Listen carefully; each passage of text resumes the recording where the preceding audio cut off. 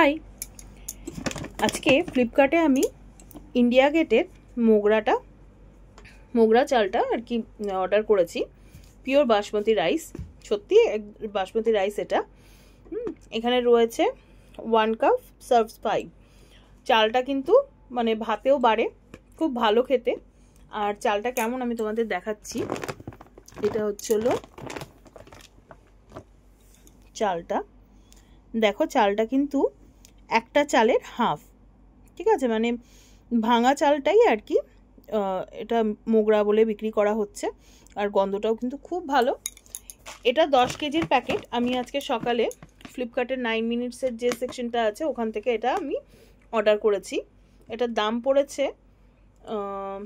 এটার দাম পড়লো কত, 600 সামথিং কিছু পড়েছিল, আমি পরে ওটা মেনশন করে দেবো। আর এইটা পড়েছে, আমি এটা 5 কেজি নিয়েছিলাম তার আগে, এই গত সপ্তাহে নিয়েছিলাম 5 কেজির।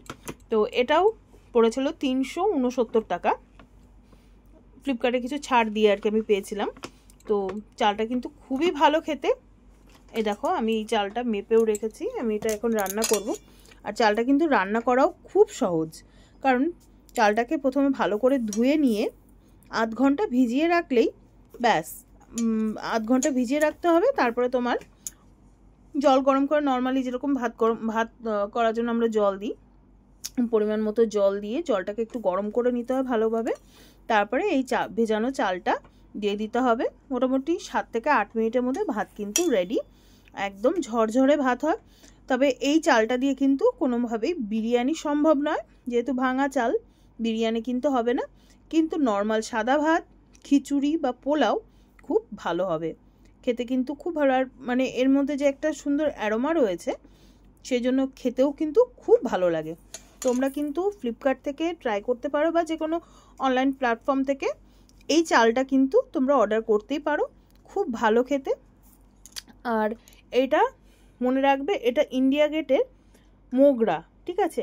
ইন্ডিয়া গেটের আরেকটা আছে মিনি মোগরা, সেটা হলো এই যে চালটা দেখছো, এই চালটা যেমন আমি যেটা বুঝলাম আর কি রিভিউ দেখে, যে এই চালটা যেমন হচ্ছে 2 টুকরো আছে, মানে হাফ হাফ রয়েছে চালগুলো।